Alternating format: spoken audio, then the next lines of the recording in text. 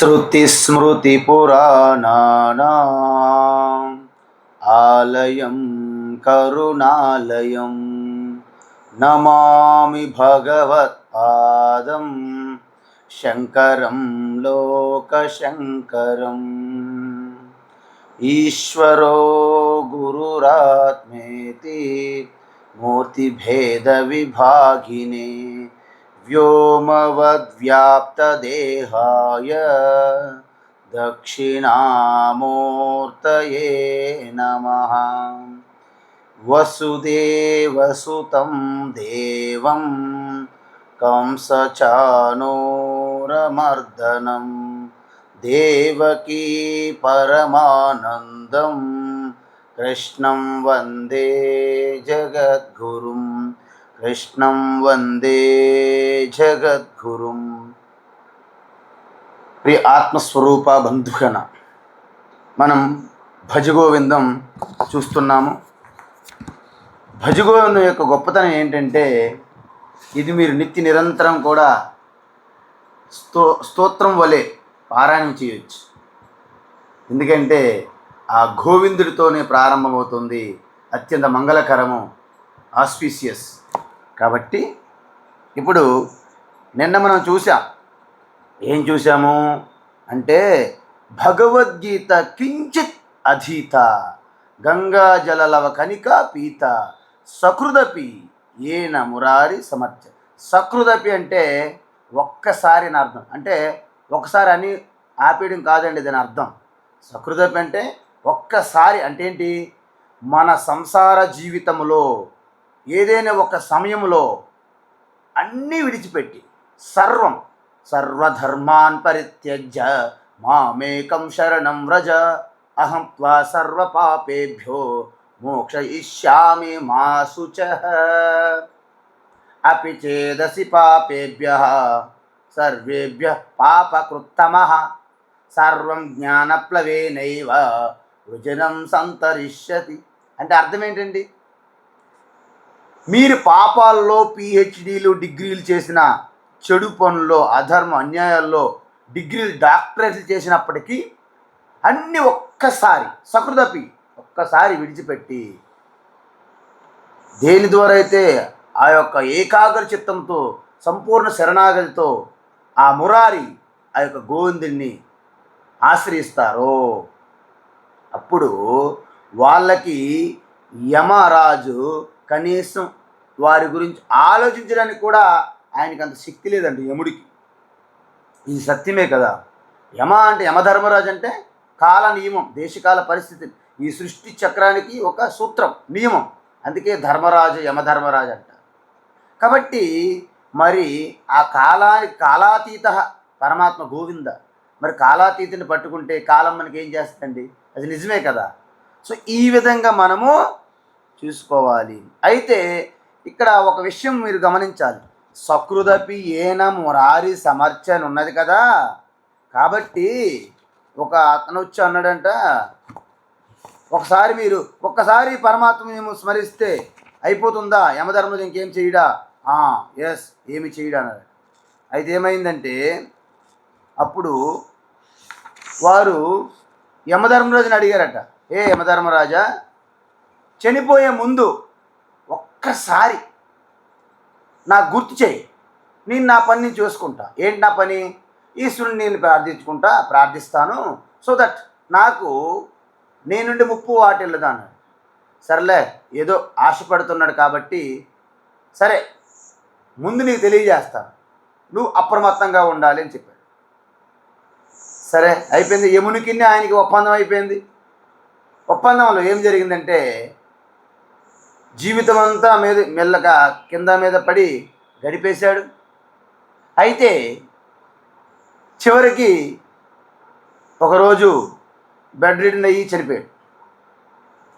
అయితే యమభటులు వచ్చారు తీసుకెళ్ళడానికి వస్తే అప్పుడు అడిగాడు, ఇది అన్యాయం, అధర్మం, ధర్మరాజుకి యమధర్మరాజుకి శోభ కాదు, ఎందుకంటే నాకు ఇచ్చిన మాట తప్పిపోయాడు అన్నాడు. ఏంటి, సరే మా స్వామికే తీసుకెళ్దాం, అక్కడ మాట్లాడుకోపో అన్నారు. యమధర్మరాజు ముందు కూర్చున్నాడు. ఏ యమధర్మరాజా, మన ఇద్దరి మధ్య ఒప్పందం ఏంటి? నేను చనిపోయే ముందు నన్ను గుర్తు చేస్తానన్నావు కాబట్టి నువ్వు చేయకుండా నన్ను తీసుకొచ్చారు ఇప్పుడు అని. ఏమయ్యా, నేను ఒక్కసారి కాదు 4 సార్లు గుర్తు చేశా, 4-5 సార్లు గుర్తు చేశాను. నేను గుర్తు చేసే విధానం అలా ఉంటుంది, మరి నువ్వు తెలుసుకోలేకపోయావు. ఏంటి? ముందుగా నీ జుట్టు తెల్లని జుట్టుగా మార్చినప్పుడే నువ్వు గుర్తించాలి. నేను గుర్తు చేశాను, టైం ఆసన్నమైంది, ఈశ్వరుని ఆశ్రయించాలి ముందుగానే, నువ్వు చనిపోయే సమయం ఆసన్నం వస్తుంది అని నువ్వు గుర్తించలేదు. తరువాత దంతములు ఊడాయి. నువ్వు తెల్లని జుట్టు అయితే నువ్వేం చేసావు? కప్పుపుచ్చుకోవడానికి నలుపు రంగు వేసుకున్నావు జుట్టుకి. తర్వాత దంతములు ఊడిపోయాయి. అప్పుడు నువ్వేం చేసావు? దంతం కొట్టుకోవడం మొదలెట్టావు తప్ప నిన్ను గుర్తు చేసింది నువ్వు గుర్తు చేసుకోలేదు, నువ్వు గుర్తించలేదు. తర్వాత నేత్రములు క్యాట్రాక్ట్ రావడం మొదలెట్టాయి. నువ్వేం చేసావు? ఆపరేషన్ చేసుకొని గ్లాసెస్ పెట్టుకొని తిరుగుతున్నావు. అదేవిధంగా చెవులకి వినికిడి శక్తి తగ్గింది. నువ్వేం చేసావు? మిషన్ పెట్టుకొని మేనేజ్ చేస్తున్నావు తప్ప నువ్వు గుర్తించట్లేదు. సరే, అన్నిటికంటే ఇక ఆఖరికి ప్రయత్నంగా నిన్ను గుర్తు చేసిన నెలగా స్టంట్ వేశారు హృదయానికి, గుండెకి. నువ్వేం చేసావు? బైపాస్ సర్జరీకి వెళ్ళిపోయి మర్చిపోయావు తప్ప అప్పటికీ గుర్తించలేదు. చివరికి ఈ పరిస్థితి నీకు వచ్చిందని చెప్పారు. మనందరం కూడా అంతే. ఎప్పుడో రిటైర్ అయినప్పుడు, ఏదైనా సరే మనసు బాగలేనప్పుడు అని చదువుదాం అనుకుంటారు. మీ అందరికీ తెలిసి ఒక గొప్ప మహాత్ములు ఉంటారు రామకృష్ణ మిషన్లో, స్వామి రంగనాథానంద. ఆయన ఒక పెద్ద, అంటే ఎవరంటే పుల్లారెడ్డి గారా లేక మర్చిపోయాను పేరు, పెద్ద ఆయన అన్నమాట. ఒకసారి ఆయన దగ్గరికి వచ్చారంట. మా ఇంటికి భిక్ష రండి స్వామి అని బ్రతిమలాడితే వెళ్ళారంట. ఏం చేస్తారంటే, భగవద్గీత ఎప్పుడైనా చదివారంటే ఆయన అన్నాడంట, చదువుతానండి కానీ ఎప్పుడైనా మనస్సు బాగలేనప్పుడు, ఎప్పుడో చదువుతున్నాను. అలా కాదండి, భగవద్గీత ఎప్పుడో మనసు బాగలేనప్పుడు, మీకు భయం వేసినప్పుడు, మీకు కష్టం వచ్చినప్పుడు కాదండి. నిరంతరము మనం ఆహారం ఎలా తీసుకుంటామో, గాలి ఎలా పీల్చుతామో, నీరు ఎలా త్రాగుతామో, ఆ విధంగా ప్రతిరోజు దైనందిక జీవితంలో నిరంతరం భగవద్గీత చదువుకోవాలండి. అప్పుడే దాని యొక్క ప్రయోజనము. భగవద్గీత ఏదో ఒక తీర్థయాత్రకి వెళ్ళినట్టు కాదు, పుణ్యం కోసం కాదండి. మీ సకల దుఃఖాలు కష్టాల నుండి బయటపడి, అంటే జన్మ దుఃఖము మృత్యుభయం నుండి కూడా బయటపడి, అంటే సంసార చక్రము నుండి, సంసార సాగరము నుండి, ఈ సంసార రోగము నుండి కూడా బయటపడేసే ఒక ఏకైక మార్గము, ఔషధము, సాధనము అనుకోండి. సో ఈ విధంగా మీరు దీన్ని భగవద్గీత నిత్యము చదవాలండి, ఒకరోజు కాదు అని చెప్పారన్న. అప్పుడు ఆ విధంగా, అయ్యో నేను ఒక్కసారి ఇప్పుడు నాకు మనస్సు ఒంట్లో బాగలేనప్పుడు చదివితేనే నాకు ఉపశమనం కలుగుతుంది, ప్రతిరోజు దాన్ని చదివితే దాని యొక్క ఫలం ఎంత ఉంటుందో అనుకున్నారు. అమ్మ ఈ యొక్క మ్యూట్ పెట్టండి అమ్మా, సీతా అమ్మగారు అనుకుంటా. అది అవును, అది రావట్లేదు. హరిగా అమ్మా మాత, పర్లేదు, ఆగండి పెట్టండి.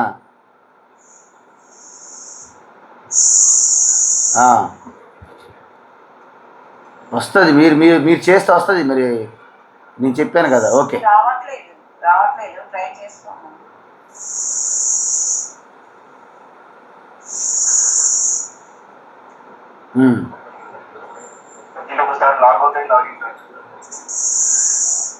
ఓకే, ఈ విధంగా భగవద్గీత అనేది ఒక్కసారి నా దంతం ఊడిపోయినప్పుడు, రిటైర్ అయినప్పుడు, లేకపోతే అన్ని బాధ్యతలు తీరినప్పుడు అని పెట్టుకోకూడదు.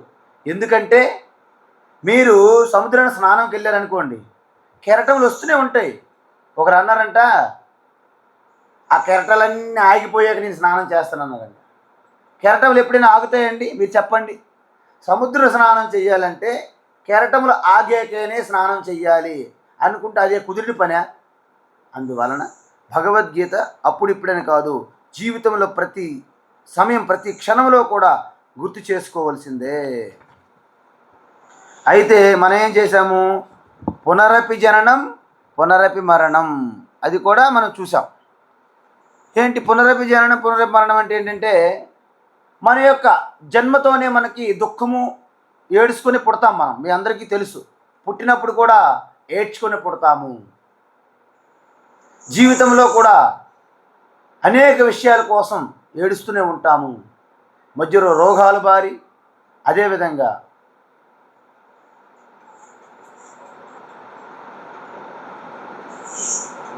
ఆ సీతమ్మ దాని మీద క్లిక్ చేయమ్మా, రావట్లేదు అనకండి, వస్తుంది, మీకు తెలియట్లేదు. యాక్షన్ ఫర్ సీత అని వస్తుంది మరి. యాక్షన్ కాదు, యాక్షన్స్ ఫర్ సీత అని వస్తుంది, ప్రెస్ చేస్తే. మ్యూట్ అని పెట్టాలి. అయ్యో, అది ఓపెన్ అవ్వట్లేదు. మీ దగ్గర కంట్రోల్ ఉంది కాబట్టి మీకు అది అర్థం కావట్లేదు, నేనైతే ఇప్పుడు చేసాను. ఓకే, అయితే సో ఈ విధంగా పునరపి జననం అంటే ఏంటి? సపోజ్ మనం ఏం చేస్తామంటే, ప్రతి క్షణం పుట్టినప్పటి నుండి మన దుఃఖం కలుగుతూనే ఉంది, కానీ మనం ఆ దుఃఖాన్ని మర్చిపోతుంటాము. ఈవెన్ బిడ్డ పుట్టేటప్పుడు బిడ్డ దుఃఖంతోనే పుడతారు. ఆ తల్లి కూడా ఎంత కష్టమండి బిడ్డ పుట్టినప్పుడు తల్లికి, మీకు తెలుసా? ఊహించండి. ఒక డాక్టర్ గారు వారి రీసెర్చ్ ద్వారా చెప్పారు ఏంటంటే, ఇప్పుడు చూడండి. ఓకే, అయితే ఈ పుట్టినప్పటి నుండే మనకు దుఃఖం స్టార్ట్ అవుతుందండి. అంటే పుట్టినప్పుడు బిడ్డకి దుఃఖమే, తల్లికి ఇంకా దుఃఖం అండి. ఒక తల్లికంట దగ్గర 46 ఎముకలు ఒక్కసారి విరిగినప్పుడు ఎంత కష్టం కలుగుతుందో, ఒక బిడ్డకి జన్మనిచ్చిన ఆ క్షణము తల్లికి అంత కష్టం కలుగుతుందండి. అందుకే ప్రతి తల్లి కూడా ఆ క్షణంలో ఒక వైరాగ్యం వస్తుందండి. జీవితంలో ఇంక బిడ్డ కనకూడదు. కానీ ఆ బిడ్డ పుట్టిన తర్వాత అవన్నీ మర్చిపోయి మమకారంలో పడి, తల్లి మరో బిడ్డ కావాలి, ఆడపిల్ల అంటే మగపిల్ల కావాలి, మగపిల్ల అయితే ఆడపిల్ల కావాలి, మరొకరు కావాలి అంటే, ఇదంతా కూడా ఆ వైరాగ్యం ఎలా వస్తుందండి? వివేకంతో కూడిన వైరాగ్యం కాదు, అది అప్పటికప్పుడు ఒక మేఘాల్లాగా వచ్చే గాలివాటం అన్నమాట. అందువలన మన యొక్క సంసారం అంతా ఎలాగ ఉంటుందంటే, ఒక ఇంట్లో ఒక వేడుక జరుగుతుంది, ఒక పెళ్ళి, ఏదో పెద్ద వేడుక. అయితే గుమగుమలు అనేక వంటలు వండుతున్నారు కదండి. ఆ వంటలు అలా పసిగట్టి ఒక పిల్లి అటువైపు రావడం మొదలెట్టి, అయితే ఒక చిన్న జారులాగా ఉంటుంది కదండి, మూత కొంచెం చిన్నదిగా, దాంట్లో తలపెట్టి అవన్నీ నోటితో పట్టుకోవడం మొదలెట్టి, ఆ తల బయటికి తీద్దామంటే రావట్లేదు. ఇక ఒకటే అటు ఇటు తిరుగుతుంటే అందరు పడుకున్న వాళ్ళందరూ కూడా లేచి ఒక్కసారిగా ఆ పిల్లిని కొట్టడం మొదలెట్టారు. అనేక సార్లు ఆ పిల్లి ఆ యొక్క వాళ్ళతో కర్రతో దెబ్బలు తిన్నాక చివరికి అటు ఇటు పడి తప్పించుకొని పారిపోయింది. పారిపోయిన తర్వాత పోనీ అప్పటికైనా బుద్ధి వచ్చిందా? ఇంకొక ఇంట్లో చొరబడ్డం మొదలుపెట్టి. అంటే అర్థం ఏంటి?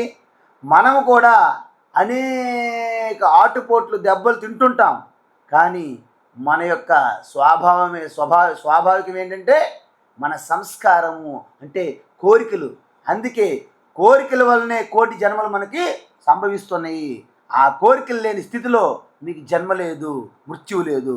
సో పునరపి జననం పునరపి మరణం ఏ విధంగా మనకు వస్తుందంటే, మన యొక్క కోరికల వల్లనే. ఎన్నాళ్ళు రాకపోకలు చెప్పండి. ఇప్పుడు ఇంతకుముందు మనం చెప్పాం, ఒక ఎండిపోయిన ఎముకలో కూడా నములుతూ కరుస్తూ తన రక్తమే ఎముక మీద పడి ఆ ఎముక నుండి రక్తం పీల్చుకొని ఆనందిస్తున్నటువంటి ఒక కుక్క జీవితం మనం చూసాం. అయితే మనం అనుకోవచ్చు, ఓహో అది కుక్క కదా. ఎస్, అది కుక్కే, కానీ మనము కూడా అదే కోరిక, అదే ఆశ, అదే అజ్ఞానంతో ఉంటున్నాము అని చెప్తున్నారు ఇక్కడ. కాబట్టి మీ అందరూ కూడా ఒకటి గుర్తుపెట్టుకోవాలి.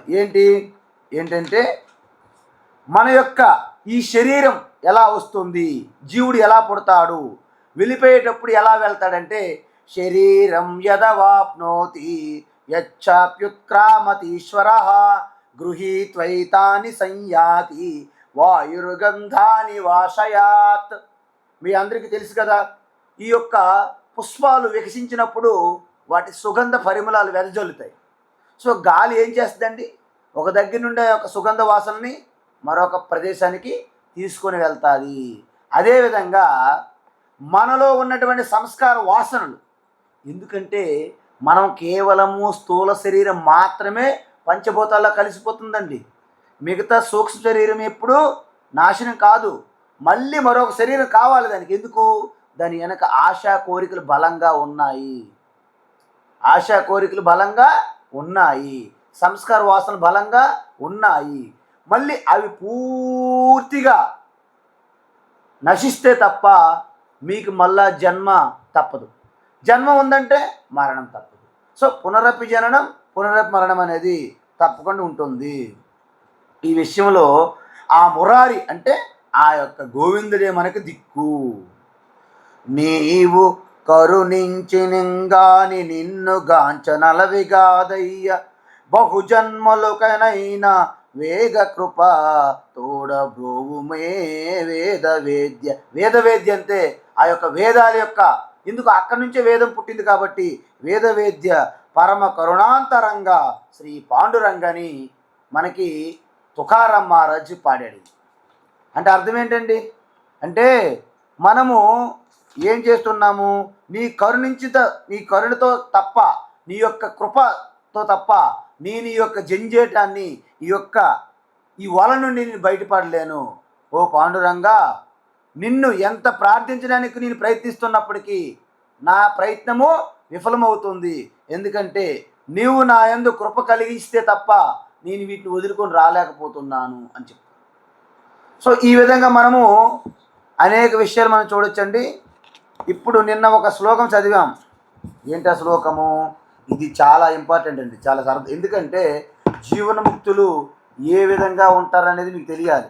ఎప్పుడైతే ఆ ఈశ్వరుని తన ధన మన అంటారు, తన అంటే శరీరం అండి, ధనం అంటే ధనధాన్యాలండి, మనస్సు ద్వారా అంటే పూర్తిగా ఆ ఈశ్వరుని చింతలో ఉంటే మీకేమవుతుంది, మీకు ఈశ్వర అనుగ్రహం కలుగుతుంది. అంటే మీ బుద్ధి స్పష్టమైనటువంటి ఒక క్రిస్టల్లా తయారవుతుంది. క్రిస్టల్ అంటే మీకు తెలుసు కదా, క్రిస్టల్. ఆ క్రిస్టల్ లాగా తయారైనప్పుడు ఈశ్వరుడే సాక్షాత్తు గురువుని మీకు తారసపడేటట్లు చేస్తారండి. ఎందుకంటే ఈశ్వరుడు మీకు కృప ఇస్తాడు, ఆశీర్వాదం ఇస్తాడు, బ్లెస్సింగ్స్ ఇస్తాడు. కానీ దాని ద్వారా మీకు మోక్షం రాదు. మోక్షం కావాలంటే జ్ఞానం కావాలి. జ్ఞానాదేవత కైవల్యం. కాబట్టి జ్ఞానం ఎలా వస్తుంది? ఈశ్వరుడు అందించినటువంటి శాస్త్రాన్ని బోధించే గురువు కావాలి. అందువలన ఈశ్వరుడు కృప వలనే ఆ గురువు శాస్త్రము మీకు అందుబాటులోకి వస్తుంది. అప్పుడు మీరేం చెయ్యాలి? దాన్ని పూర్తిగా అందిపుచ్చుకోవాలి. మీరు వాయిదాలు వేసుకొని మీరు తప్పించి తిరిగేవాడు ధన్యుడి సొమ్ము అన్నారనుకోండి, ఈశ్వరుడు కూడా నిరాశ చెందుతాడు. కాబట్టి ఇప్పుడు మీరు చూడండి, రథ్యాచర్పట విరచిత కంథ పుణ్య వివర్జిత పంథ. చెప్పండి. రథ్యాచర్పట విరచిత కంథ పుణ్య వివర్జిత పంథ యోగి యోగ నియోజిత చిత్త రమతే బాలోన్మత్తవ దేవ. యోగి యోగ నియోజిత చిత్త రమతే బాలోన్మత్తవ దేవ. అంటే భజ గోవిందం భజ గోవిందం గోవిందం భజ మూఢమతే. భజ గోవిందం భజ గోవిందం గోవిందం భజ మూఢమతే. ఇప్పుడు చూడండి, రత్యాచర్పట విరచిత కంతః అంటే దారిలో పడినటువంటి గుడ్డ పీలు. చూడండి, మనం రోడ్డు వైపు వెళ్ళినా, మన దారిలో వెళ్తే చిరిగిపోయిన వస్త్రం యొక్క పీసులు మనకి ఆ దుమ్ముతో కనిపిస్తాయి. అయితే అన్నీ విడిచిపెట్టేసి కేవలం పరమాత్మ ఆత్మరతిలో ఉన్నటువంటి ఆ యోగులు ఎలా ఉంటారంటే ఆ గుడ్డ పీసులు, ఆ యొక్క క్లాత్ పీసులన్నీ కూడా ఏరుకుంటూ ఆ యొక్క మంచి నీళ్ళతో శుభ్రం చేసి ప్రక్షాళన చేసి వాటిని కుట్టుకుంటూ ధరిస్తుంటారు. అంటే ఆ ఎండకి ఆ యొక్క చలికి తట్టుకోవడానికి. ఎలా?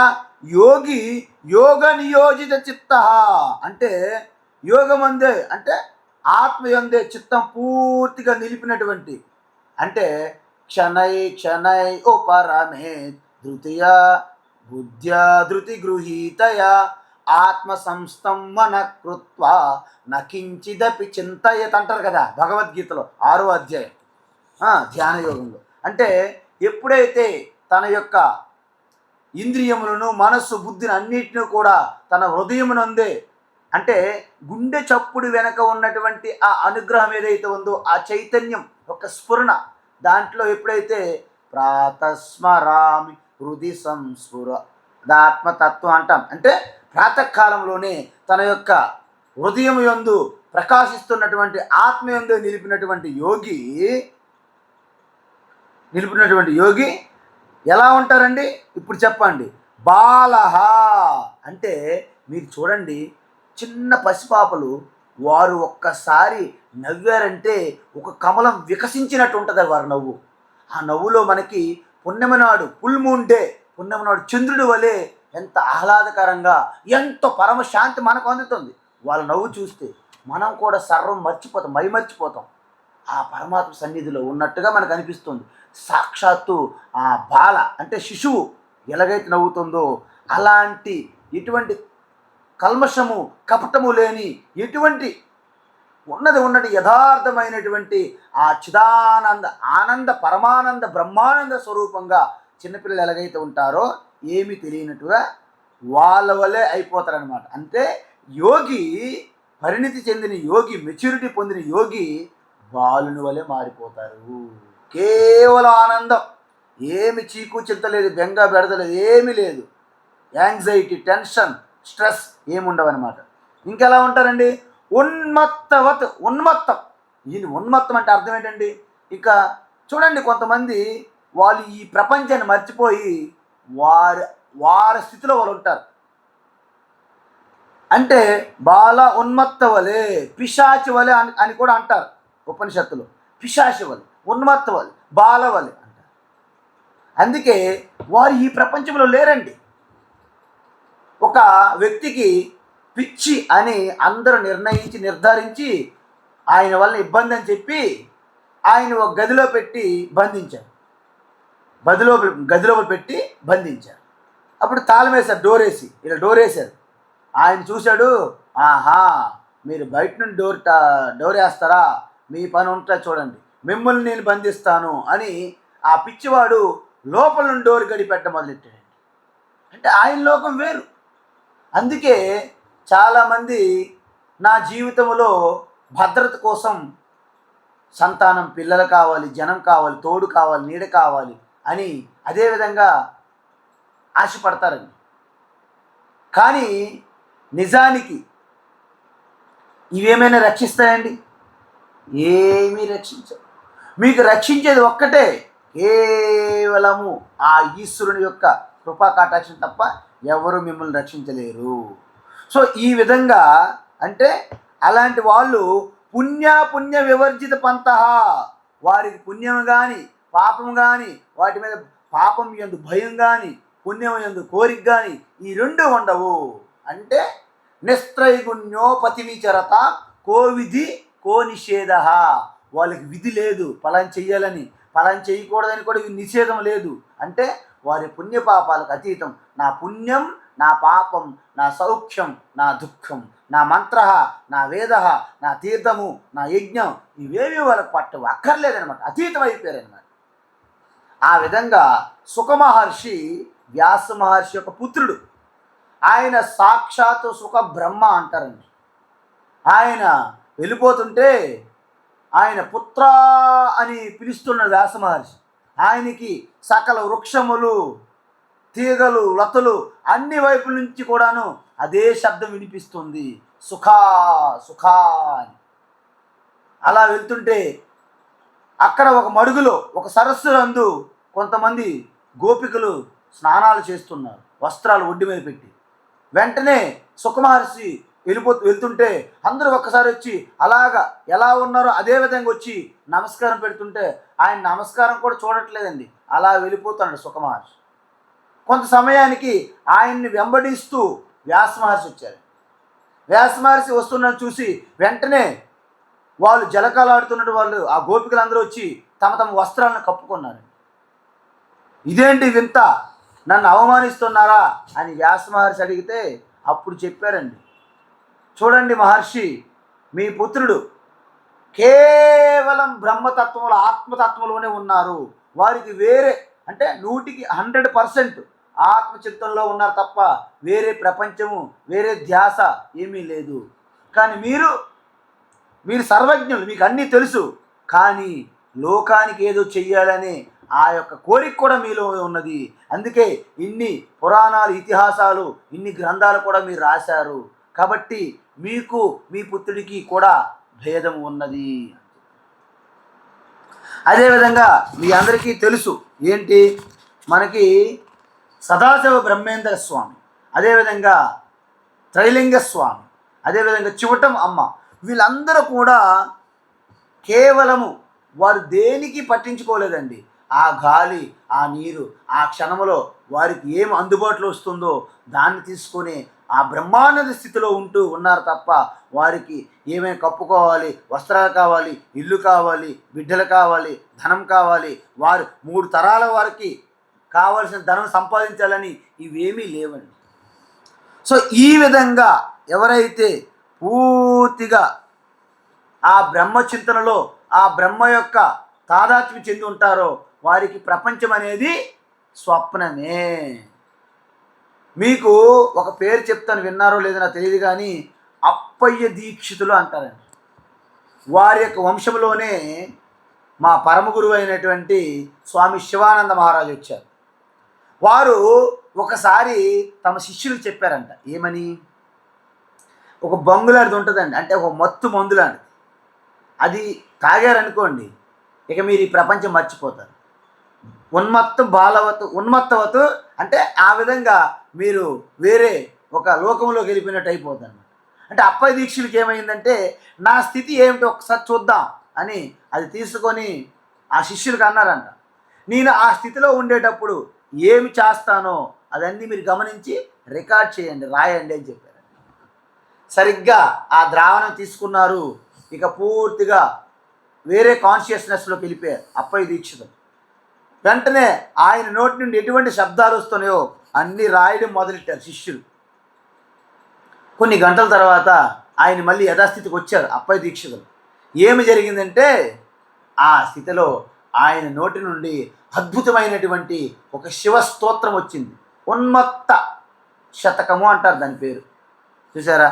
అప్పుడు అంటే ఆయన యొక్క సుప్త అంటే పూర్తిగా డార్మెటరీ స్టేట్లో ఉన్నటువంటి అవ్యక్త స్థితిలో ఉన్నటువంటి అంతఃకరణంలో కూడా చొప్పించారనమాట ఆ డివైన్ నేమ్, అంటే ఆ యొక్క పరమాత్మ యొక్క చింతన. సో ఈ విధంగా మనము చూసుకుంటే ఒక ఇంపార్టెంట్ ఉపనిషత్తుల్లో కూడా ఒక గొప్ప స్టోరీ మీకు చెప్పాలి. ఎందుకంటే అది ఎంత గొప్పదంటే చాందోగ్య ఉపనిషత్తులో సంవర్గ విద్య అంటారండి. ఆ సంవర్గ విద్య ఆయన చేశారు, ఆయన గురువు అనమాట. ఆయన ఒక మంచి ఒక అవధూత లాంటి వాళ్ళు అనమాట, రైక్వ. అయితే ఆయన ఊరు చివర ఆ యొక్క రాజ్యం చివర ఉంటూ వచ్చింది ఏదైనా స్వీకరిస్తూ అక్కడ ఆ గుడ్డ పీసెస్ చెప్పాను కదా, అవే ప్రక్షాళన చేసి వాషింగ్ చేసి అవే కుట్టుకొని కప్పుకుంటూ ఒక బండి అంటారు, అంటే ఎద్దులు గుర్రాలు లాగే బండ్లు అనమాట, ఆ బండి కింద ఉంటూ తను ఏమీ పట్టించుకోవట్లేదు, అలా ఉన్నాడు. అయితే జానశ్రుతి అనే ఒక రాజు ఉన్నాడు. ఆ రాజు పెట్టిందే పేరు అన్నదానానికి, అనేక దాన ధర్మాలు. ఆయన అన్నదానాలకి ప్రసిద్ధి పొందాడు కాబట్టి పూర్తి ఆ రాజ్యంలో ప్రతి ఒక్కరు కూడా రాజు అన్నదాతకి మారిపోయారని ప్రశంసలు. అయితే ఒకరోజు అన్నదానం అయిపోయిన తర్వాత తన యొక్క మహల్ అంటే బంగ్లా ఉంటుంది కదండి మేడ పైన, ఆ మేడ పైన ఒక వాలు కుర్చీలాగా వేసుకొని సేద తీరుతున్నాడు ఇలా. అయితే ఒక ఇద్దరు మహా బ్రహ్మర్షులు రెండు అంశల్లాగా మారి అటువైపు నుంచి వెళ్తున్నాయి అన్నమాట. అయితే ఒక అంశ ఆ కింద పడుకున్నటువంటి జానశ్రుతి పైనుండి వెళ్ళడం ప్రారంభించింది. రెండో అంశం ఏమన్నదంటే, ఏ మూర్ఖ, కింద ఉన్నది ఎవరనుకున్నావు? జానశ్రుతి. వారి పైనుంచి నువ్వు అలా వెళ్తే ఖచ్చితంగా నీకేమైనా అవుతుంది అన్నాడు. అప్పుడు ఆ హంస అన్నది, చూడండి, జానశ్రుతి రాజ్యం చివర ఉన్నటువంటి రైక్యవ కంటే గొప్పవాడు కాదు. ఎందుకంటే ఈ రాజ్యములో, ఈ సృష్టిలో ఎవరు ఏ పుణ్య కార్యక్రమం చేసినా, ఏ యజ్ఞం చేసినా, యాగం చేసినా వాని యొక్క ప్రతిఫలం అంతా కూడా రైక్యవకు చెందుతుంది. అంటే జానశ్రుతి కంటే గొప్పవాడు అని. వారి యొక్క సంభాషణ రైక్యవకు అర్థమైంది, వినిపించింది. వెంటనే రైక్యవ లేచి ఇక చింతాక్రాంతుడయ్యాడు. అసలు ఇంతకీ ఎవరు వాళ్ళు? ఆ రైక్యవ ఎవడు? రైక్యవ గురించి నాకంటే గొప్పగా చెప్తున్నారే అని వెంటనే ఇకన వారి యొక్క ఉంటారు కదా సైనికులు, వాడిని పంపించారు. రైక్యవ ఎక్కడున్నాడు? మీరు ఎక్కడున్నా రైక్యవాని తీసుకొని ఇక్కడ రావాలి అని పంపించారు. వెతికి వెతికి వెతికి వెతికి ఒట్టి చేతులతో వచ్చారు, ఒట్టి చేతులతో. అయితే అప్పుడు అన్నారు రాజు, ఏమండి ఎక్కడ వెతికారు? మొత్తం అన్ని గ్రామాలు, పట్టణాలు, రాజ్యాలు మొత్తం వెతికాము, ఎక్కడ దొరకలేదు మహారాజా. అలాంటి వ్యక్తి బంగ్లాల్లోనూ, రాజ్యంలోనూ, పట్టణాల్లోనూ ఉంటాడా? ఎక్కడో నదీ తటాకాలు, అడవుల్లో వెతకాలి అని చెప్పారు. అప్పుడు వెతికితే ఒక బండి కింద చిన్న గుడ్డ పీలికలు ఇలా కప్పుకుంటూ ఆయన బ్రహ్మానంద స్థితిలో ఉన్నారు. ఈ సైనికులు వెళ్ళి ఆయన్ని ఏదో రకంగా చిన్న డిస్టర్బ్ చేస్తే అప్పుడు మళ్ళీ ఈ యొక్క జాగ్రత్త చైతన్యంలోకి వచ్చాడు ఆయన. మీరేనా రైక్వా అంటే అన్నారు. అహం ఏవా అన్నారు. అంటే నేను అంత. వెంటనే మా రాజుగారు రమ్మన్నారు. మీ రాజుగారు రమ్మన్నారా? ఆ రాజుగారు ఎవరు? రమ్మన్నని మీరెవరు? నేను ఎక్కడికి వస్తాను, ఎలా వస్తాను అని ప్రశ్నించాడు రైక్వ. వెంటనే వాళ్ళకి అర్థం కాక సమాధానం చెప్పలేక వచ్చి రాజుకి చెప్పారు, రిపోర్ట్ చేశారు. రాజా, పలాయన ప్రదేశంలో మీరు అనుకున్నటువంటి వెతుకుతున్నటువంటి రైక్వ ఉన్నారు. వెంటనే రాజు తన యొక్క కొన్ని గోవులు, ఆ యొక్క స్వర్ణ ముద్రికలు పట్టుకొని వచ్చి రైక్వ దగ్గరికి మహారాజ్ అని దండవత్ ప్రణామం అంటే భూమి మీద పడి నమస్కరించి, ఆ యొక్క స్వర్ణ ముద్రికలు, ఒక 1000 గోవులు అక్కడ ఉంచి, ఇవన్నీ మీరు తీసుకోండి, నాకు వద్దు, కానీ మీరు తెలుసుకున్నటువంటి ఆ విద్య జ్ఞానం నాకు చెప్పండి అన్నారు. రైక్వ వెంటనే, అరే శూద్ర, ఇదేమైనా అంత వీలవుతుంది అనుకున్నావా అని వెంటనే ఒక రకంగా గర్జించారు రాజుపై. రాజు ఏం బాధపడలేదు. ఓహో, నేను చేసింది ఏమైనా పొరపాటేమో, అందుకే రైక్వ నా మీద కోప్పడ్డాడని వెంటనే వెళ్ళి తన యొక్క ఉన్న సంపదాన్ని తీసుకొని వచ్చి తన యొక్క కుమార్తె అయినటువంటి ఆ ఆడబిడ్డని కూడా తీసుకొచ్చాడు. మహారాజ్, నా యావత్ సంపదలు మీరు తీసుకోండి, నా బిడ్డను కూడా తీసుకోండి మీ సేవకి, నాకు మాత్రం ఆ విద్య కావాలని. అప్పుడు ఆయన్ని పరీక్షించినటువంటి రైక్వ సంతోషించి ఆ సంవర్గ విద్య చెప్తారు. అంటే సంవర్గ విద్య అంటే ఏంటి అంటే పూర్తిగా వీటన్నిటి పంచభూతాల్లో ఉన్నటువంటి భూమి, నీరు, అగ్ని, ఆకాశం, నక్షత్రాలు, గ్రహాలు సర్వన్నిటికీ మూలం అంటే ఎవరు? హిరణ్య గర్భుడు అంటే సూత్రాత్మ. దాన్ని సమష్టి ప్రాణము అంటారు. అంటే సమష్టి ప్రాణములోనే ఇవన్నీ కలిసిపోతాయి. అంటే వర్షపు నీరు, నదులు, చెరువులు, సరస్సులు, ఈ నీరన్నీ చివరికి సముద్రంలో ఎలాగైతే కలుస్తుందో ఇవన్నీ కూడా ఆ ప్రాణము. ప్రాణం అంటే సమష్టిలో వాయువు, మన వ్యక్తిగతంలో ప్రాణం అంటారు. సో దాన్ని హిరణ్య గర్భుడు అంటారు. అంటే అదే సృష్టి బ్రహ్మ. కాబట్టి దాన్ని తెలుసుకుంటే సర్వం తెలుసుకున్నట్టు అని చెప్పేదే సంవర్గ విద్య. సో ఆ సంవర్గ విద్య అప్పుడు ఆయన ఆ యొక్క జానశ్రుతి రాజుకి నేర్పుతాడు. సో ఈ విధంగా ఎవరైతే ఆ చింతల్లో ఉంటారో మీరు చెప్పినటువంటి ఇవన్నీ కూడా వారికి చాలా చిన్నగా కనిపిస్తాయి. ఏం అక్కర్లేదు ఇవన్నీ. వారికి కావాల్సింది ఏంటి? కేవలము పరమాత్మ యొక్క చింతన తప్ప వారికి మనం పెట్టే భిక్షలు దక్షిణలు ఈ యొక్క పీఠాలు మఠాలు ఆశ్రమాలు వీటితో ఎటువంటి సంబంధం లేదు. మనం ఇచ్చే ఎటువంటి బిరుదులు కానీ ఈ యొక్క పద్మశ్రీ పద్మభూషణ పద్మవిభూషణ్ భారతరత్న నోబెల్ ప్రైజులతో సంబంధం లేదు. అసలు స్వామి అని అంటే అర్థం ఏంటండి? ప్రభు అంటే ఈ త్రిజగత్ అంటే ఏంటంటే మూడు లోకాలకు ప్రభు అయినటువంటి పరమాత్మ స్వరూపం ఈశ్వరునితో సమానంగా ఆ యొక్క ఆత్మచింతనలో ఉన్నవారికి మనం ఇచ్చే ఈ బిరుదులు సన్మానాలు అవసరమా? ఏం అక్కర్లేదు. అందుకే కొంతమంది స్వామి ముందు డాక్టర్ని కూడా పెట్టుకుంటారు. అంటే స్వామి యొక్క యథార్థ తత్వ రహస్యం వారికి తెలియదు అన్నమాట. ఎవరైనా స్వామి ముందు డాక్టర్ పెట్టుకున్నారంటే వాడు పరమానంద శిష్యుడు అని అర్థం. అందుకే ఇప్పుడు చూడండి శంకరాచార్య శిష్యులు ఏమంటున్నారంటే కస్త్వం కోహం కొత ఆయాతః. చెప్పండి. కామే జననీ కో మే తాతః.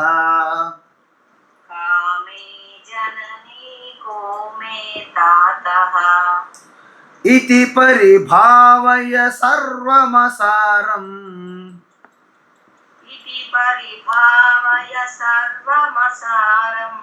విశ్వం త్యక్త్వా స్వప్న విచారం.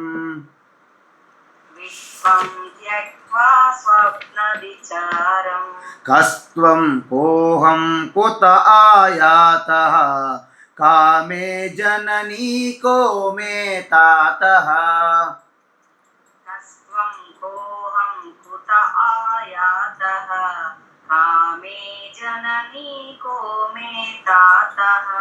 ఇతి పరిభావయ సర్వమసారం. విశ్వం త్యక్త్వా స్వప్న విచారం.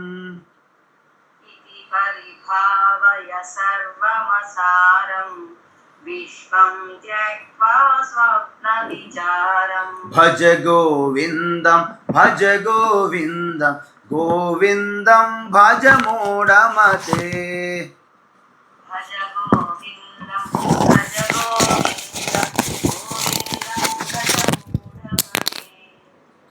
ఇప్పుడు చూడండి ఏమంటున్నారంటే అసలు కాహ కస్తం ఉన్నది కదా. కస్తం అంటే విడిదీస్తే ఏమొస్తుంది? కాహ త్వం కలిపితే ఏమవుతుంది? కస్త్వం అంటారన్న. అంతే సంధి అనమాట. అవన్నీ వ్యాకరణం సంస్కృతం. కాబట్టి కహాత్వం నువ్వు ఎవరు? ఎప్పుడైనా ఆలోచించుకున్నావా? నువ్వు ఎవరు? అహం కహ నేనెవరిని? అహం కహ. కస్త్వం కోహం అని చూడండి. కోహం అంటే కహ అహం వాటిని కలిపితే కోహం అని వస్తుంది. ఆ మధ్యన ఒక సింబల్ అని చూడండి. అవగ్ర అంటారు దానికి. దానికి ఏమంటారు? అవగ్ర. సో ఆ అవగ్ర ఉంటే మనము అక్కడ మనకి తెలియకుండానే అకారం ఉన్నదని అర్థం. కహ విసర్గం తర్వాత వచ్చిందనుకోండి, ఆ విసర్గం రాలిపోయి డ్రాప్ అయిపోయి అక్కడ అవగ్ర వస్తుంది. అవగ్ర ఎలా చదవాలి? మనం కో అవగ్ర చదవడం ఉండదు. కో అహం అంటే ఆ డ్రాప్ అయిపోద్ది. కోహం అంటాం అన్నమాట. కోహం అంటే కహ అహం కహ నేను ఎవరిని అని అర్థం. అదేవిధంగా అహం కుతః ఆయాతః అంటే ఆయాతః రావడం. కుతః ఎక్కడి నుండి? నేను ఎక్కడి నుండి వచ్చాను. చూసారా? అహం కుత ఆయాతః నేను ఎక్కడి నుండి వచ్చాను. అదేవిధంగా కా మే జనని నా తల్లి ఎవరు? కా అంటే ఎవరు, మే అంటే నా తల్లి ఎవరు. మే తాతకః తాతకః అంటే నా తండ్రి ఎవరు. సంస్కృతంలో తాత అంటే మనం ఏమనుకుంటాం? తెలుగులో తండ్రి యొక్క తండ్రిని తాత అంటాము, లేక అమ్మ యొక్క తండ్రిని కూడా తాత అంటాం. కానీ సంస్కృతంలో తాత అంటే పుత్రుడు కూడా తాత అంటారు, శిష్యుడు కూడా తాత అంటారు, తండ్రికి కూడా తాత అనే పిలుస్తారు. అది ఒక ప్రేమ సూచకం అన్నమాట. ప్రేమతో ఇతి పరిభావయ ఈ విధమైనటువంటి విచారణ చేసి ఎవరైతే నిరంతరం ఈ విధమైన విచారణ చేస్తారు. మీరు చెప్పండి, మీరు ఎవరు అని అడిగాను అనుకోండి, నువ్వెవరు అని అడిగామనుకోండి, నేను పలానా ఆధార్ కార్డ్ డీటెయిల్స్, మనకు ఓటర్ కార్డ్ డీటెయిల్స్ మీరు చెప్తారు. పలానా రోజు పుట్టాను, పలానా తల్లిదండ్రులు, పలానా ఊరు, పలానా మతము, పలానా భాష, పలానా ప్రాంతము, మీరు ఆంధ్రోలు, మీరు తెలంగాణ వాళ్ళు, మీరు తమిళం వాళ్ళు, మీరు ఒడియా వాళ్ళు, మీరు మలయాళీ, వీళ్ళు మరాఠీ, ఇవన్నీ చెప్తారు. నిజానికి ఇవన్నీ మీకు సంబంధం ఉన్నాయా?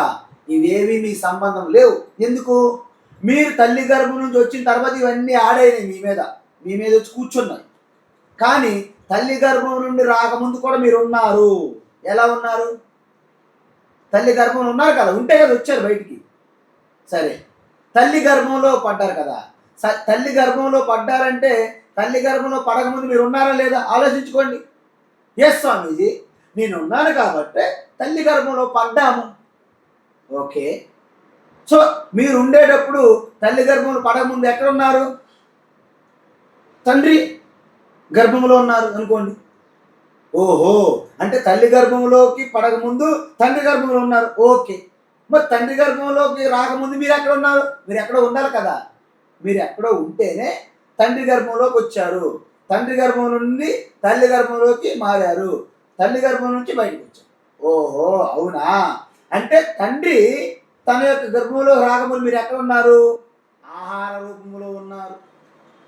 అందుకే ఒక స్వామీజీ అన్నారు, ఆవు పేడ తీసుకొచ్చి, ఓహో నా జీవితం ఇక్కడ నుండి ప్రారంభమైందా అన్నారు. అందరూ ఒక్కసారి నవ్వారు.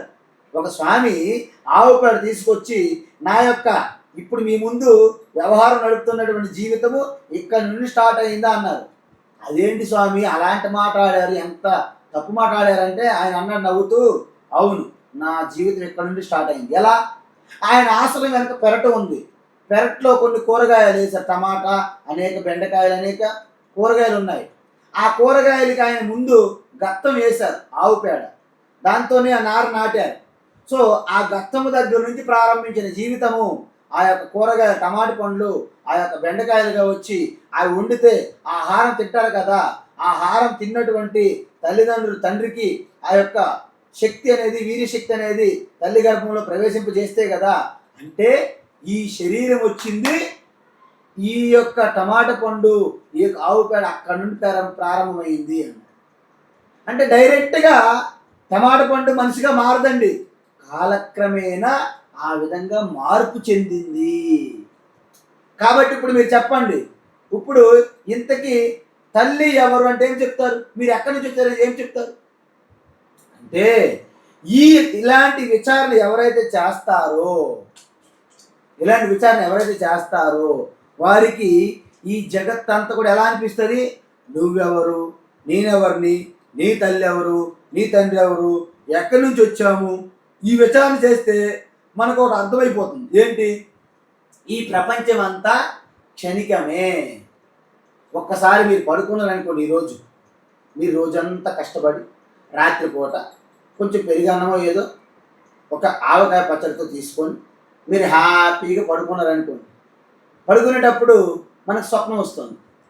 ఆ స్వప్నంలో మీకు 7-8 మంది పిల్లలు, అందరూ కొంతమంది చదువుతున్నారు, కొంతమంది పెద్దవాళ్ళు అయ్యారు, ఆడపిల్లలు పెద్దవాళ్ళు పెళ్ళిళ్ళు చేయాలి, మగవాళ్ళు కొంతమంది ఉద్యోగాలు ఇంకా పెళ్లి కోసం వెయిట్ చేస్తున్నారు, కొత్త ఇల్లు కట్టాలి, వాళ్ళ వెహికల్స్ ఉండాలి, బంగారం కొనాలి, అనేక రకాల చుట్టాల బంధువులతోని అన్ని సంప్రదింపులు చేయాలి, అనేక చింతనలతో మీరు ఉన్నారు. ఎక్కడ? స్వప్నములో, క్షణికమైన స్వప్నం.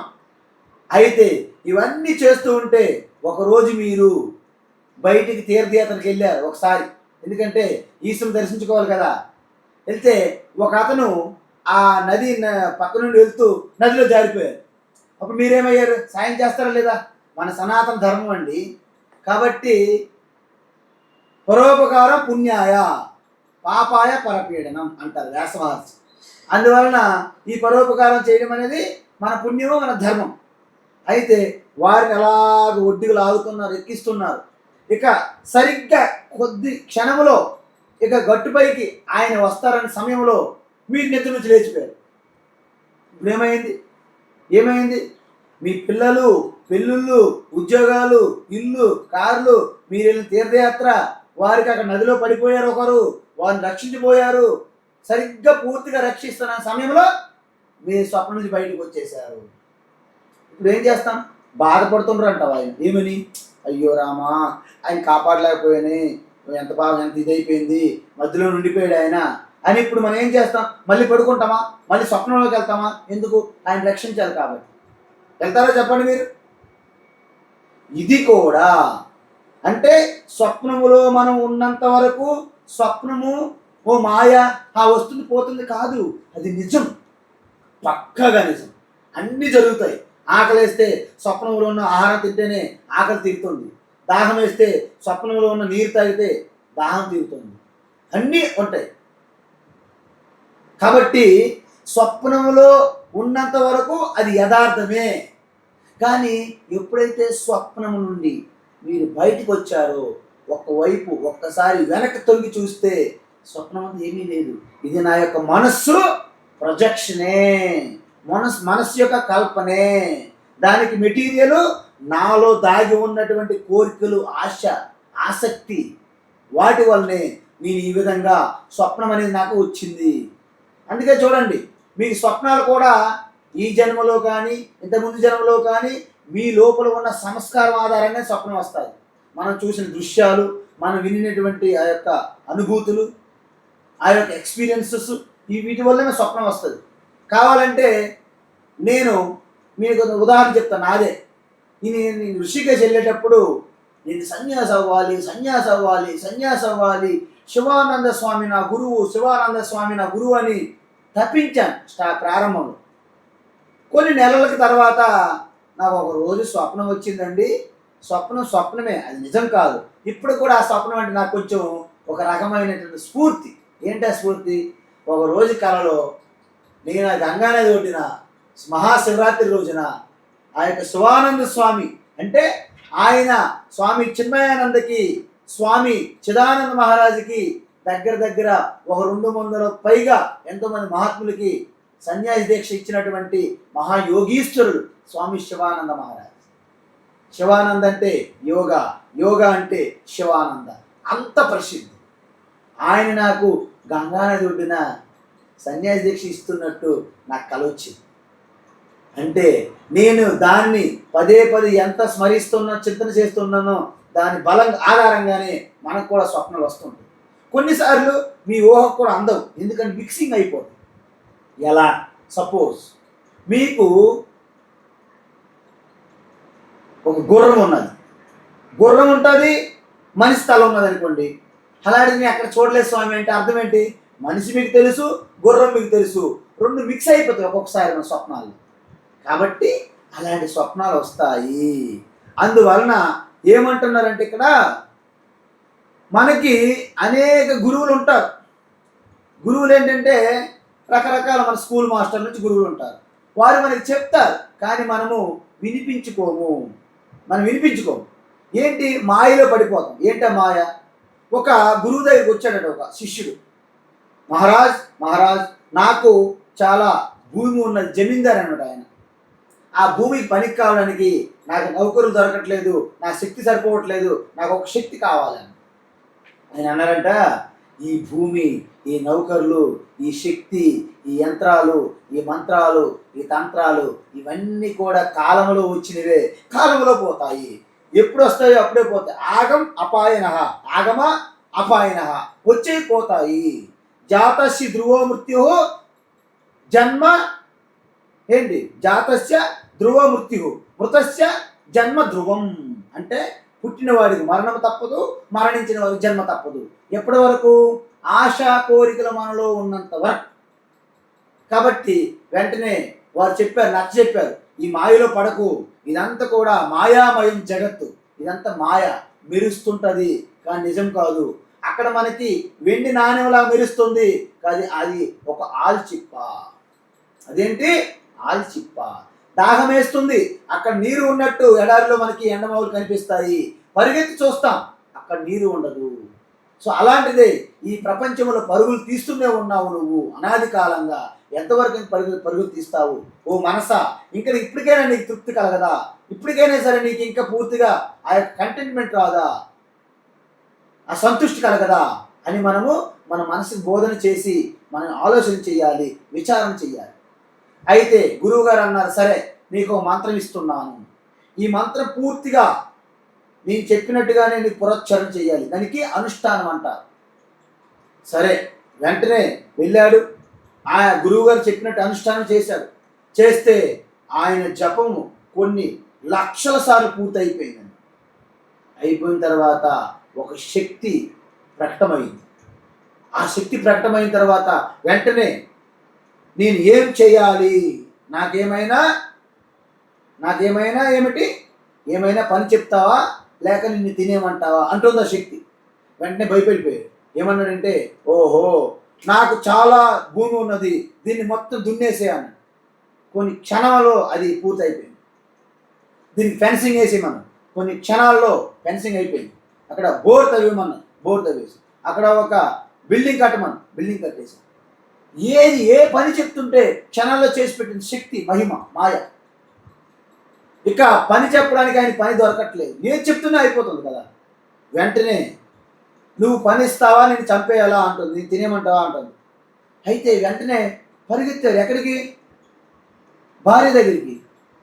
ఏమండి ఏం చేయాలి అంటాడు. ఇంకేం చేస్తాం మనం, గురువు గారి దగ్గరికి వెళ్ళు అని చెప్పి భార్య సలహా. గురువు గారి దగ్గరికి వెళ్ళి, గురు మహారాజ్ పాహిమాం త్రాహిమాం, గురు మహారాజ్ గురు జై జై అంటారు కదా మన వాళ్ళు, సద్గురునాథ్కి జై అని. సో ఆ గురువు ముందే చెప్పాను కదా నాయన, నువ్వు వినిపించుకోలేదు, ఈ మాయ ఈ జగత్ అలాగే ఉంటుంది, నువ్వు లోపలికి వెళ్ళినప్పుడు బ్రహ్మాండంగా ఉంటుంది, బయట నువ్వు రాలేవు, ఇది మాయావనము. పాండవులు వనవాసములో మాయావనంలోకి వెళ్తారు, హిడింబుని యొక్క వనంలోకి. వాళ్ళకి మరి దారి తెలియదు అనమాట. ఇక ఆయన చంపి బయటపడమే తప్ప వాళ్ళకి బయటికి రావడానికి కుదరదు. సో ఆ విధంగా మనం కూడా ఈ మాయలో ప్రవేశించాం పాండవుల్లాగా. మనం ఎలా బయటపడతాము? హిడింబుడిని చంపితే తప్ప బయటికి వెళ్ళలేం. అంటే మాయని పూర్తిగా, అజ్ఞానం ద్వారా పుట్టిన మాయని నాశనం చేయాలంటే మీ అజ్ఞానాన్ని నాశనం చేస్తే తప్ప మీరు బయటపడలేరు, తప్పదన్నమాట. అందుకే గోవిందుని భజించు అని అన్నారన్న. సో ఈ విధంగా వెంటనే గురువు అన్నారు, నాయన ఒక పని చెయ్యి, చెప్పినట్టు శ్రద్ధగా విను, ఇంటికి వెళ్ళి ఆ శక్తి పిలువు, వస్తారు కదా. ఒక పెద్ద ధ్వజస్తంభం, మొన్న ఈ మధ్యనే నేను మదనాపల్లిలో ఒక నీలకంఠేశ్వర మహాదేవుని ఆలయం ప్రతిష్ఠకి వెళ్ళాం. అక్కడ పెద్ద ధ్వజస్తంభం కట్టారు. అదేవిధంగా ఒక మంచి పెద్ద ధ్వజస్తంభం కట్టమని చెప్పు అంటే, అది ఎలాంటి ధ్వజస్తంభం? కంచు ధ్వజస్తంభం. అది ఇలా పట్టుకుంటే మా సాధారణంగా మీరు నేను పైకి ఎక్కలేం, శక్తి కాబట్టి పైకి ఎక్కగలుగుతాం. కట్టి మీరేం చెప్తావంటే కింద నుండి పైకి ఎక్కమని చెప్పు. ఆ పైకి ఎక్కిన తర్వాత మళ్ళీ కిందకి, అదేవిధంగా కిందకి పైకి కిందకి పైకి తిరగడమే. మీరు పిలిచినంత వరకు దానికి అదే డ్యూటీ ఇవ్వాలి. ఓ చాలా బాగుంది. అదేవిధంగా ఎప్పుడైనా నీకేమైనా అవసరం పడిందనుకో, ఏదైనా పని, అప్పుడు హే శక్తి కమియ ఈ పని చెయ్యి అని. పని అయిపోయిన తర్వాత మళ్ళీ కిందకి మీద, చివరికి ఆ శక్తి కిందకి మీద తిరుగుతూ ఇక భయపడిపోయి ఈయన శరణ వేడింది, నన్ను వదిలేను. మన మనస్సు కూడా ఆ శక్తి లాంటిదే, అనంతమైన శక్తి ఉన్నది. ఎలా వచ్చింది ఆ శక్తి? చైతన్య స్వరూపు యొక్క అనుగ్రహం వలన జడంగా ఉన్నటువంటి ఆ యొక్క గుణాలతో కూడి ఉన్నటువంటి మనస్సు కూడా అధిక శక్తివంతురాలు. కాబట్టి మనసుకి మనం తగినటువంటి పని ఇవ్వలేదనుకోండి, మనం తినేస్తాను. అందువలన మనసుకి ఎప్పుడు కూడా మన పని ఉంటే, ఏ మనస్సు నీ యొక్క దృష్టి మొత్తము ఈ పని మీద పెట్టు. పని అయిపోయింది అనుకోండి, సరే వెంటనే ఆ యొక్క గోవిందుని భజించు, ఒక సత్సంగంకి వెళ్దాం అంటే మనసుకి మీరు పూర్తిగా ఖాళీ లేకుండా చేయాలి, బిజీ చేయాలి, లేకపోతే మనల్నే తినేస్తుంటుంది. ఈ విధంగా మనము మనసుని పూర్తిగా మీరు అర్థం చేసుకోవాలి. అందుకే మనకి ఇంతకుముందు నేను చెప్పాను, ఈవెన్ మనకి మన కంచెర్ల గోపన్న ఒక విషయం చెప్పారు. ఎక్కడ తల్లి తండ్రి సుతులు ఎక్కడి వారు కలత్ర బాంధవం. ఎక్కడ తండ్రి, ఎక్కడ తల్లి, ఎక్కడ పుత్రులు, ఎక్కడ భార్య భర్తలు, ఎక్కడ బంధువులు, ఎక్కడ జీవుడెట్టి తను వెత్తిన పొట్టుకుపోవుచున్న వాడొక్కడే, పాప పుణ్య ఫలముందిరనొక్కడే కానరాడు వేరొక్కడు వెంటనంటి భవమొల్లనయ కృపా చూడవయ్య నీటక్కరి మాయలందిడక దాశరథి కరుణాపయోనిధి. ఆయన ఒక వేటగాడి వలె మనకి మాయ వల పన్నాడు ఆ భగవంతుడే. మనం ఏం చేస్తున్నాము, దాంట్లోకి వెళ్ళి మర్చిపోతున్నాము. ఎలా మర్చిపోతున్నామంటే మనకి సుగంధ వాసనలకి ఆ యొక్క తేనెటీగలు వెళ్తాయి, పట్టి పురుగులు వెళ్తుంటాయి ఆ పుష్పాలకు వెళ్ళి అవి అలాగా స్వీకరిస్తూ మైమర్చిపోయి, అంటే ఎలాగైతే కళ్ళు తాగిన కోతి వలె మైమర్చిపోయి దాంట్లో ఉండిపోతాయి. దాంట్లో ఉండిపోయినట్టు ఏమవుతుంది, వెంటనే పట్టు పురుగుల వాడు కానీ తేనె పట్టువాడు కానీ వచ్చి వాటిని తీసుకెళ్ళి నాశనం చేస్తాడు. మనము కూడా మనకి లీలలు చేయమని, మనకి క్రీడలు లీలలు చేయమని ఈ యొక్క జగత్తుని మనకి ఈశ్వరుడు మనకి అందించాడు ఒక ఆట బొమ్మ. దాన్ని మనము ఏం చేయాలి, ఆడి విడిచిపెట్టాలి. ఒక సినిమా ఎలాగైతే ఆర్టిస్టులు యాక్టర్స్ ఎలాగైతే యాక్టింగ్ చేస్తారో చాలా సీరియస్గా చేస్తారు. మీరు అనుకోవచ్చు, స్వామీజీ ఈ జగత్ స్వప్నం లాంటిదే కదా. ఎస్. ఈ జగత్ సినిమా లాంటిదే కదా. ఎస్. అయితే మనం ఎందుకు చెయ్యాలి అంటారు. కుదరదు, చెయ్యాలి. నువ్వు చేయలేదనుకోండి యాక్టింగ్ బాగా, సినిమా అట్ట ఫ్లాప్ అయిపోద్ది కదా.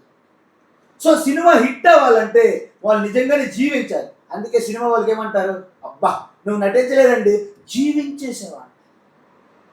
మనం కూడా ఈ జగత్తులో మనం వచ్చాము, మనకి ఏ పాత్రలు ఇచ్చారో, కొంతమందికి 10 మంది పిల్లలతో నువ్వు ఆడు ఈ సినిమా అనిస్తారు. కొంతమందికి నీకు ఎక్కువ మంది పిల్లలు అక్కర్లేదు, నీకు నువ్వే సరిపోతావు, నీకు బిడ్డలేం అక్కర్లేదు, నీ పాత్ర నువ్వు ఆడు అంటారు భగవంతుడు. కానీ వాళ్ళేమనుకుంటారు, ఎక్కువ మంది బిడ్డలు ఉన్నోళ్ళు నాకు ఎక్కువ మంది ఎందుకు అని ఆయన బాధపడతారు. బిడ్డలు లేని వాళ్ళు ఏమనుకుంటారు, నాకు బిడ్డలు వస్తే నేను ఎరగ తీసేస్తున్నాను వీళ్ళు అనుకుంటారు. నిజానికి ఎవరి కెపాసిటీ ఏంటో, ఎవరు ఏది చేయాలో ఈశ్వరునికి ఎరుక అంటారు. అందువలన ఈ విధంగా భావన చెయ్యాలి. అంటే అర్థం ఏంటి అంటే ఆత్మ పరమాత్మ ఒక్కటే సత్యము. బ్రహ్మ సత్యం జగన్మిథ్యా జీవో బ్రహ్మైవ నాపరః. అంటే శంకరాచార్య అంట మన కోసం, లోక కళ్యాణం కోసం, జీవులను ఉద్ధరించడానికి ఆ పరమాత్మ స్వయంగా కారణ జన్ములుగా వస్తారు భూమి మీద. అలాంటి వారు శంకరాచార్య. శంకరాచార్య ఎన్నో గ్రంథాలు రాశారు. భగవద్గీత ఉపనిషత్తులు మనకు అర్థమయ్యేటట్లు వివరించారు, వ్యాఖ్య, దాన్నే భాష్యాలు అంటారు. అదేవిధంగా అవి కూడా అర్థం కాకపోతే ఇలాంటి ప్రకరణ గ్రంథాలు రాశారు, భజగోవిందం, వివేక చూడమని ఇలాంటివి. ఇవి కూడా అర్థం కాకపోతే స్తోత్రాలు రాశారు, జస్ట్ మీరు ప్రార్థన చేసుకోండి అని. అయితే ఒకరు అడిగారు, మహాశయ, గురువర్య, ఆచార్య ఇన్ని రాశారు, వీటన్నిటి యొక్క సారం ఒక్క శ్లోకంలో చెప్పండి వినాలనుకుంటున్నాను. శంకరాచార్య అన్నారు, ఒక్క శ్లోకం కూడా అక్కర్లేదు, అర్ధ శ్లోకం అంటే సగం శ్లోకంలో చెప్తాను తత్వము అన్నారు. ఏంటి? శ్లోకాతేన ప్రవక్ష్యామి యదుక్తం గ్రంథ కోటిభిః. అంటే మొత్తం కోటి గ్రంథాలు, వాన్మయం, వేదాలు, ఇతిహాసాలు, పురాణాలు, స్మృతులు, ప్రకరణ గ్రంథాలు, స్తోత్రాలు, వ్యాఖ్యలు, భాష్యాలు, టీకా, టిప్పని, లఘు వ్యాఖ్యలు, కామెంటరీలు ఏవైనా సరే, పద్యాలు, పొయిట్రీ, కావ్యాలు, వీటన్నిటి యొక్క సారము అర్ధ శ్లోకంలో చెప్తాను. శ్లోకార్థైన అర్ధ శ్లోకం ద్వారా ఎదుట గ్రంథ కోటివి, కోటి గ్రంథాలు చెప్పిన తత్వము ఒక అర్ధ శ్లోకంలో చెప్తాను. ఏంటది? బ్రహ్మ సత్యం జగన్మిథ్యా, బ్రహ్మ సత్యం జగన్మిథ్యా, జీవో బ్రహ్మైవ నాపరః. జీవుడు నీ జీవాత్మ అనుకుంటున్నా చూడండి. అంటే దాని అర్థం ఏంటి? 24 క్యారెట్లు అంటారు కదండి, 24 క్యారెట్స్ అంటారు బంగారం, గోల్డ్. అంటే శుద్ధ ప్యూర్ గోల్డ్ ఉన్నది ఇక్కడ. అదేవిధంగా గోల్డ్ మైన్స్లో గోల్డ్ ఉంది. సో గోల్డ్ మైన్స్లో ఉన్న గోల్డు, ఈ గోల్డు రెండు గోల్డా వేరువేరా? గోల్డే, కానీ ఆ గోల్డ్ మలినాల మధ్య ఉన్నది, అనేక వేరే ధాతువులతో కూడి ఉన్నది. కానీ అవన్నీ పోయిన తర్వాత ఏది మిగులుతుంది? బంగారమే మిగులుతుంది. కాబట్టి ఇక్కడ కెరటము, మీరు కెరటం అని పిలుస్తున్నారు, దాని ఆకారము, అది పుట్టింది, అది చనిపోతుంది, ఇవన్నీ వచ్చేసాయి. కానీ అసలుగా నిజానికి ఉన్నది నీరే. కెరటంగా ఉన్నప్పుడు నీరే, కెరటం మళ్ళీ సముద్రంలో కలిసిపోయినప్పుడు నీరే. మీకు ఇంకొక చిన్న ఉదాహరణ, సాయంత్రం పూట ఒక అమ్మగారు పెరట వైపు వెళ్తున్నారు. అలాగా ఆ యొక్క తోట నుండి వస్తున్నారు. వస్తే అక్కడ వెంటనే ఒక పాము, తాచుపాము అనమాట. అలా పగడిప్పినట్టు తాచుపాము ఇలా చుట్టుకొని ఉన్నది. వెంటనే భయపడిపోయి వెనక్కి ఉదుటిని వెళ్ళి చెట్టుకు గుద్దేశారు. పాము పాము అని పరుగులు తీస్తారు భయానికి. వెంటనే ఇంకొక అమ్మగారు కలిశారు. ఏంటమ్మా అన్న. పాము చాలా పెద్ద పాము ఉంది. ఎక్కడ? అదిగో ఆ నుయ్యి దగ్గరలో అన్న. ఓహో అవునా. ఆ అమ్మగారు అంతకుముందు తాడు అక్కడ పడేశారు. చాట్ తాడు తెగిపోయి పడిపోయింది. అది ఇంటికి వచ్చి తీసుకుని వెళ్దామంటే తాడు కోసం వస్తుంది ఆ అమ్మగారు. లైట్ వేసుకుని, టార్చ్ లైట్ వేసుకుని. అయితే అవునా సరే నేను చూస్తాను రా అన్న. వద్దొద్దు, చాలా డేంజర్, చాలా పెద్ద పాము, ప్రమాదం అన్న. సరే నా వెనక నువ్వు రా అని లైట్ వేసుకుని తీసుకుని వెళ్ళారు. తీసుకుని వెళ్తే అప్పుడు ఆ తాడు, ఈ పామైనా నీకు కలుస్తానికి వచ్చిందా అన్నాడు. వెంటనే తన భయం పోయింది. కానీ తన చెట్టు గుద్దుకొని దెబ్బపోయిందా? మరి కొంత సమయం పడుతుంది. కాబట్టి ఇప్పుడు చెప్పండి, పాము చూసినప్పుడు అక్కడ ఏముంది? నిజానికి తాడే ఉంది. మరి టార్చ్ లైట్ వేసిన తర్వాత మనకేం కనిపించింది? తాడే ఉంది. అంటే ఎప్పుడూ తాడే ఉన్నది. కానీ మనమే ఒక సమయంలో పామును చూసాము, సత్యం తెలిసినప్పుడు తాడును చూసాము. ఇప్పుడు మీరు చెప్పండి, నేను సంసారంలో ఈ శరీరమే నాది అనే భావనలు నేను ఉన్నాను ఇప్పుడు. కానీ లోపల బయట అనే తేడా లేకుండా, కుండ లోపల ఎలాగైతే మట్టి కుండ లోపల బయటనే ఉండకంట కుండంతా ఎలాగైతే ఉంటుందో, ఆ పరమాత్మ కూడా లోపల బయట లేకుండా అంతా ఉంటాడు. కానీ మొదట మనం ఏం చెప్తాము? వాడు దేవుడికి అసలు ఉన్నాడంటే ఒప్పుకోరు చాలామంది. నాస్తికులు అంటారు. మెల్లగా అంటాము, నాయన దేవుడు అనేవాడు ఎక్కడో పైన ఉన్నాడు చూడు, పైన ఎక్కడో స్వర్గం లోకంలోనో పరలోకంలోనో బ్రహ్మలోకంలో ఎక్కడో ఉన్నాడు. దేవుడు అనేవాడు పైన ఉన్నాడు చూస్తున్నాడు అంటా. ఫస్ట్ అంటే దేవుడి మీద ఫస్ట్ నమ్మకం కలిగిస్తాం. కొన్ని రోజులకి ఆ దేవుడే మన చుట్టూ ఉన్నాడంట, నమ్మకం కలిగిస్తాం. మరి కొన్ని రోజులకి, కొన్నాళ్ళకి దేవుడు బయటే కాదు లోపల ఉన్నాడు దేవుడు అంట. అలా కొన్నాళ్ళకి లోపల కాదు బయట కాదు అంతా ఉన్నాడని చెప్తారు. అందుకే మొట్టమొదట మన వాళ్ళకి అర్థం కావాలని ఈ రూపము లేని వ్యాపించి ఉన్న ఈశ్వరుడు అర్థం కాదు కాబట్టి ఒక రూపం ఇస్తాము, ఒక ఇష్టదేవతగా చూపెడతాము, ఒక మంత్రం ఇస్తాం.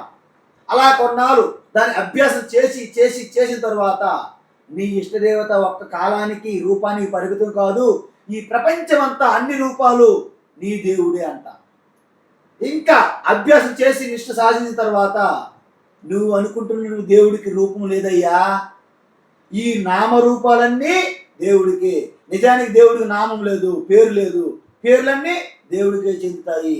నిజానికి దేవుడికి రూపం లేదు, ఈ రూపాలన్నీ దేవుడికే చెందుతాయి. ఇప్పుడు అర్థమైందా? కరెంటుకి రూపం లేదు, కానీ మనము బల్బు ద్వారా చూస్తే వెలుతురుగా భావిస్తున్నాం కరెంటుని.